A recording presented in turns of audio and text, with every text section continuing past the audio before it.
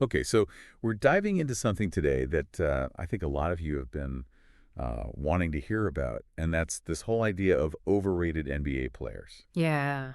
And you sent in a ton of really cool stuff, articles, forum posts, video breakdowns. And it seems like one thing's pretty clear. Right. Just being bad at basketball doesn't automatically mean you're overrated. Yeah, for sure. So what does that actually mean then, when we're talking about NBA history and this label of overrated? I think it really comes down to this kind of disconnect between how a player is viewed, I guess, generally by fans and then what the reality is when you Hmm. dig a little deeper. And often that means, turning to stats. Yeah, You mentioned it, all-time rankings are a great example. right. Maybe a guy's ranked a little higher than maybe you think it should be based on what you're seeing. Hmm. Or guys that put up big numbers, but their teams never really won anything. Right. Or guys that had all this hype coming in, but the impact wasn't really there for whatever reason. Yeah, absolutely. And, that's what makes this so fascinating to me is that it's not like these guys are untalented. It's that there's this mismatch between, that perception and then their actual contribution. Right. And you've given us like a really broad spectrum of opinions here. Some really good data-driven pieces. And that's what we're going to try to unpack today, just Yeah. to give everyone listening a little bit more clarity. And you see how those narratives kind of take hold, right? Yeah. You think about guys that were, lottery picks came in with just enormous expectations. Huge expectations right out of the gate. Griffin, Yeah. DeAndre Ayton. Yeah. These are guys that, that hype starts to build and the media just amplifies everything. Oh, yeah. And they play a huge role for sure.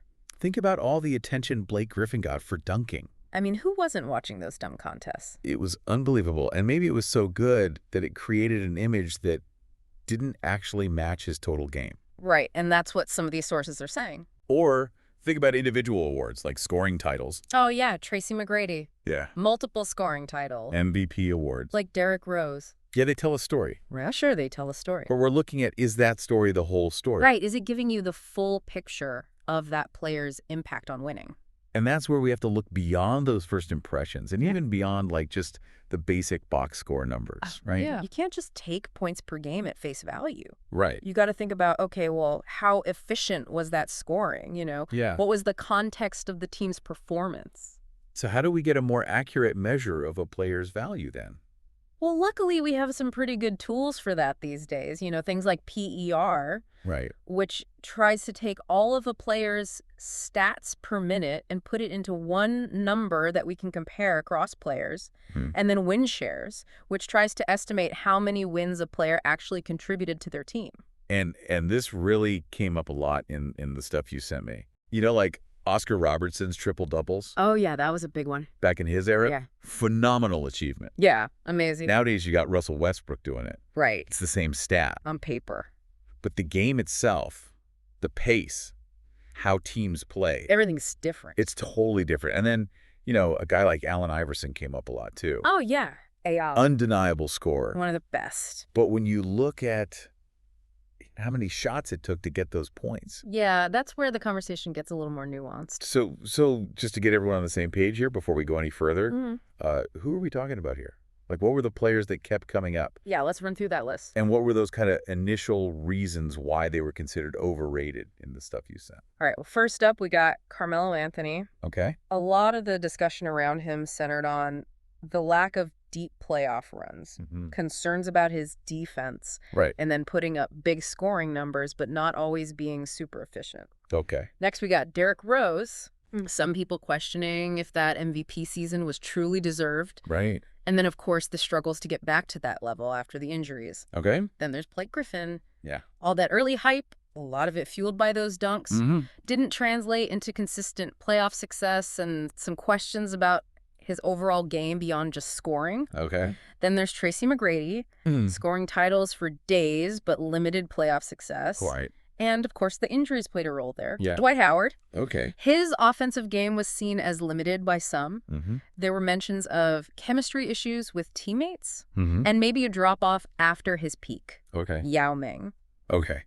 Sadly, his career was cut short by injuries, Yeah. which meant limited playoff impact. Mm-hmm. And some wondered if his global popularity might have inflated his NBA legacy a little bit in some people's minds. Okay. Kobe Bryant. Oh, boy. a name that always sparks debate. Mm-hmm. Some argue he's ranked too high on those all-time lists. Right. Pointing to high-volume scoring.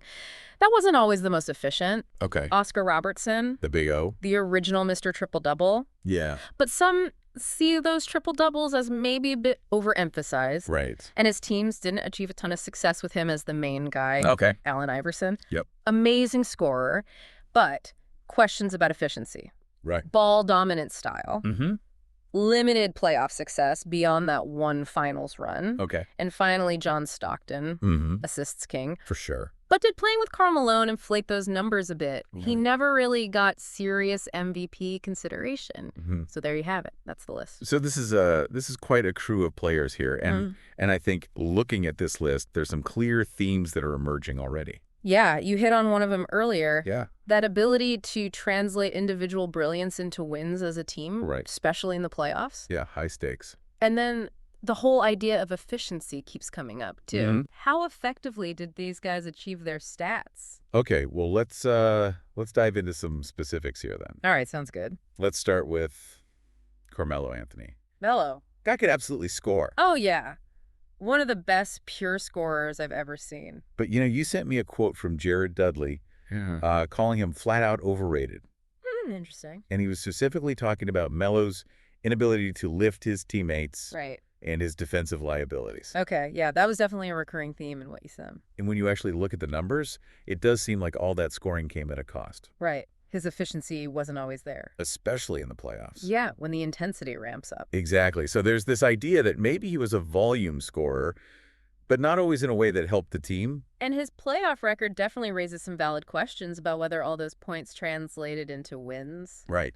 And I saw some analysis of his on-off numbers from his Denver days, and it suggested that the team didn't actually perform that much better when he was on the court, It's interesting. compared to what you might expect from a guy putting up those kind of numbers. Yeah, and I remember seeing that Chauncey Billups quote. Oh, yeah, the one where he said Melo seemed to care more about getting his than getting the win. Yeah, Oof. not great. No, not really. And when you think about today's NBA, with all the emphasis on spacing and three-pointers, Right. Melo's reliance on those mid-range shots, maybe that's not as valuable anymore. Yeah, the game has definitely shifted. But then I also saw some fans pushing back pretty hard, Oh, I'm sure. defending Melo, Makes sense. saying, look, the guy could just flat out score. Right. One of the all-time leading scorers. And that's something you can't take away from him. So it gets to the heart of this whole overrated thing, right? Absolutely. How do you balance those individual stats with the team winning? Right. How do you measure individual brilliance versus actually contributing to a winning team? And was he just on bad teams, or did he make those teams worse? Yeah, that's a tough one. Okay, well, let's shift gears here. Okay, who's next? Let's talk about Derrick Rose. D. Rose, man, what a player. Electrifying. Yeah, so exciting to watch. Youngest MVP ever. And that's where the overrated label starts to creep in. Mm-hmm. Some of these sources were questioning if he really deserved that MVP, Right. pointing to the Bulls' defense that year. Mm-hmm. They were saying, maybe the defense was the real reason they were so good. Yeah, and some of the stuff you sent me suggested that his on-off numbers Right. weren't like as dominant as you'd expect from a clear-cut MVP. And that's a good point. So maybe the award sometimes goes to the best player on a really good team, Mm-hmm. even if that player isn't like statistically breaking records. Yeah, that definitely happens. And the sources were saying that while Rose was super dynamic and fun to watch, Yeah, nobody can deny that. his overall impact statistically, especially when you factor in, his limitations as a shooter back then and defensively, Mm-hmm. it might not have been on the same level as other guys who've won MVP. Yeah, and you have to wonder if the injuries, if those make us view his career through a more sympathetic lens. Yeah, and kind of soften some of those early criticisms. Possibly. But you also see people passionately defending his MVP, Oh, yeah, for sure. saying, hey, he took a Bulls team that wasn't supposed to be a contender to 62 wins. In a tough Eastern Conference. Yeah. That's impressive. And people who watched him play talk about how much attention he drew from defenses, Oh, yeah, he was such a threat. opening things up for his teammates. And there's that what if factor, too, right? D-time. What if he hadn't gotten hurt? It's hard not to think about it. Yeah, that's a tough one. Okay, let's talk about Blake Griffin. All right, Mr. Highlight Reel. This guy came in with so much athleticism. Unbelievable. And those dunks were just unreal. I mean, some of the best we've ever seen. But a lot of the sources you sent suggested that his game never really developed beyond that. Yeah, the outside shot never really came around. And his playoff performances, they didn't match the hype. Yeah, that seems to be a consistent criticism. And that lack of a jumper, especially now, when the league is all about shooting threes, Right. that really limits you. Especially as your athleticism starts to decline. Right. Which it does for everybody eventually. And a lot of people were saying that his success was tied to playing with Chris Paul. CP3. Yeah, one of the best point guards ever. Yeah, for sure. And the argument is that a lot of Blake's production was because of CP's passing and court vision. It's tough to separate those two. And the Clippers, they gave Blake a max contract. And money. But then they traded him. Yeah, which suggests they maybe changed their minds about his long-term value. One source even said his dunk contest win was overrated. What? They were joking, but they said he barely cleared the hood of the car. Oh, come on. But to be fair, there are people who say Blake was more than just dunks. Yeah. I mean, he was an all-star multiple times even after Chris Paul left. He did develop some playmaking skills. Right. He could handle the ball pretty well for a big guy. So it's a reminder that even guys who are labeled overrated, they still usually have some real skills. Yeah. The question is, did the perception match the reality of their impact? Okay, well, let's move on to Tracy McGrady. T-Mac. Unbelievably gifted scorer. Oh, yeah. One of the smoothest I've ever seen. Multiple scoring titles. But never got out of the first round of the playoffs. Yeah, and that's a big one. That's a tough one to ignore. And some of the sources you sent talked about his shot selection and his efficiency even in those scoring title years. Right, so maybe he wasn't always taking the best shots? And, of course, the injuries. Yeah, those definitely played a role. They really limited him. It's a shame because the talent was clearly there. But his supporters say, look, he played on some pretty bad teams. Yeah, that's true. And his individual playoff numbers, even in those losses, were still really good. Yeah, he could still put up points in the playoffs. You even had guys like Kevin Durant saying he was underrated. Wow. KB. Yeah, and Kobe famously said he was the toughest guy he ever had to guard. That's high praise. So there's definitely a lot of respect from his peers. Yeah, you can't deny that. But it comes back to that gap between individual brilliance and team success. Especially in the playoffs. All right, let's talk about Dwight Howard. Superman. Dominant defensive force. Oh, yeah, DPOY 3 years in a row. But offensively, Not so much. a lot of sources are saying his offensive game was pretty limited. Especially for a center. And there were those reports about chemistry issues and leadership. Yeah, that followed him around a bit. Which might have played a role in how his career went after Orlando. Yeah, after that dominant run with the Magic. And when you compare him to other great centers. Right, the Shaqs, the Hakeems. Yeah, it seems like he didn't have that same level of offensive skill or impact on the game. That's a fair point. But you can't argue with his defense. No way. He was the anchor of that Orlando team that made it to the finals. And he did eventually win a ring with the Lakers. Yay. 3 straight Defensive Player of the Year awards is incredible. Absolutely legendary. So maybe the overrated label comes from the feeling that he could have done even more. Maybe if his offense had caught up to his defense? Yeah, and if he'd been a better teammate? Right.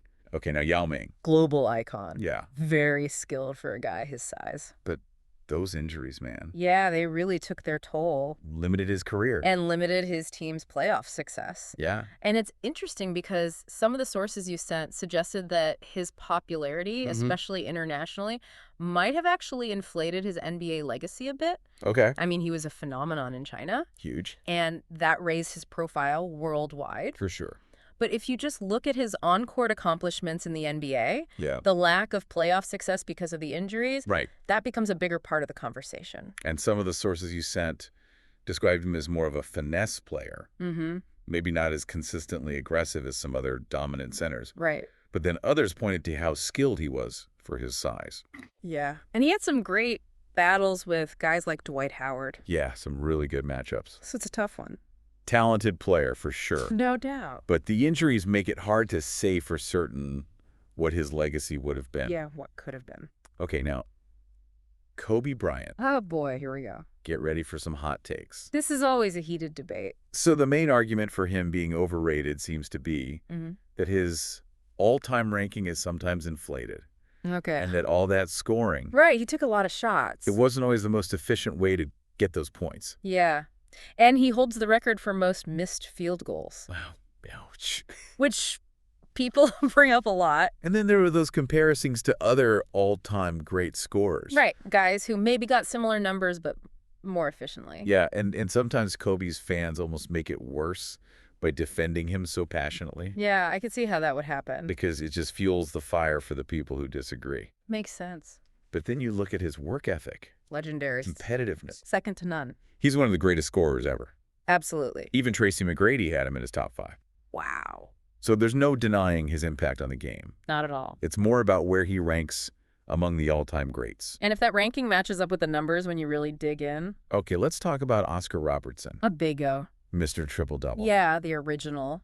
But some of your sources called him overrated. Really? Yeah. They focused on his defense, or lack thereof. Okay. And the fact that his Cincinnati Royals teams, they didn't have much playoff success when he was the main guy. Yeah, that's a valid point. So maybe those triple-doubles, they overshadow other parts of his game. Right, like his defense and his leadership. But his stats are mind-boggling. Yeah, I mean, consistently at the top for points and assists. And some argue that his all-around game would be even more valuable today. With the emphasis on versatility. Yeah. Interesting. And you hear stories about legends like Kareem and Jerry West saying he was the best they ever saw. Wow, that's some serious praise. So it's a debate about how much weight you give to individual stats versus team wins. Right. And maybe a modern lens is a little more critical of his defense. Compared to other all-time greats. Okay, next up, Allen Iverson. The answer. Cultural icon. Oh, yeah, for sure. Amazing scorer. One of the best. But he comes up a lot as overrated. Really? Yeah, because of his efficiency Or lack thereof. and his ball-dominant style. Right, he had the ball in his hands a lot. And statistically, his scoring titles came in some of the least efficient high-volume scoring seasons ever. Yeah, that's not great. But his impact on the game is undeniable. Oh, yeah, AI was a cultural phenomenon. He inspired so many people. Fearless competitor. Still top 10 in career scoring average for guards. And second highest playoff scoring average. After Michael Jordan. Wow, that's saying something. So it's about whether his individual brilliance and his cultural impact Right. outweigh those concerns about efficiency and team success. Interesting. Okay, last but not least, John Stockton. Assists and steals for days. Yeah, all-time leader in both. But some people think he's overrated. Really? Yeah, they say he never won MVP. Right. Never led his team to a title as the main guy. And they say those assist numbers were inflated because of Karl Malone. Yeah, that pick and roll was deadly. It was unstoppable. And he never really finished high in MVP voting. So maybe he wasn't always seen as one of the absolute best players in the league. Even though he was so consistent for so long. And some people hold it against point guards if they don't win a ring. Yeah. Unfairly, maybe. Maybe, but it happens. But you look at his longevity and his consistency. 9 straight seasons leading the league in assists. That's incredible. And his efficiency was really good, too. Yeah, for a point guard, he was very efficient. So it's a debate about how much of his success was tied to Malone. Right. And whether or not winning MVP hurts his legacy. Compared to other great point guards. Right. So we've gone through all these players, and it seems like this whole idea of overrated, it's really complicated. Not a simple answer. And one thing your sources kept saying is that the way we even evaluate players, it's changed over time. Oh, yeah, for sure. Like the three-point line is so important now. It's changed everything. Which changes how we look at guys like Blake Griffin and Carmelo Anthony. Right. They were more about scoring inside. Yeah. The game has evolved. It's faster now. More spacing. Or more versatility. On both ends of the floor. And all of that influences how we view players from different eras. For sure, a guy who thrived in a slower, more isolation-heavy game might not look as good today. And then you've got advanced stats. Which are amazing. They let us dig deeper than just points and assists. Right, we can look at defense, efficiency, impact metrics. Which we couldn't really do before. So it's changing how we view players from the past. Yeah. So deciding if a player is overrated, it's not about being right or wrong. It's subjective. It's influenced by the stories we tell about these guys. The narrative. The stats we use. And how the game itself has changed. And you have to consider the context. Right. The era they played in. The teams they were on. What the standards were at the time. All of that matters. And when you really think about it, a player's legacy is about more than just numbers. It is, yeah. It's about leadership. Impact on teammates. Their contributions to the game beyond the court. Like Allen Iverson. Yeah. Cultural icon. And Yao Ming. Global ambassador for the game. So the stats are important, Yeah, they give us a framework. but we can't forget about the human element. Right, the The intangible, story. the impact beyond the box score. Well, this has been a really fun deep dive. It has. I always love talking about this stuff. Me too. And it really makes you think About what? about how future generations are going to look back at the players we watch today. Oh, yeah. How will they judge them? With new stats. New perspectives. A different game. It's going to be fascinating to see. It is. Thanks for diving deep with us. Yeah, thanks for listening, everybody. I'll catch you next time. See ya. All right, bye.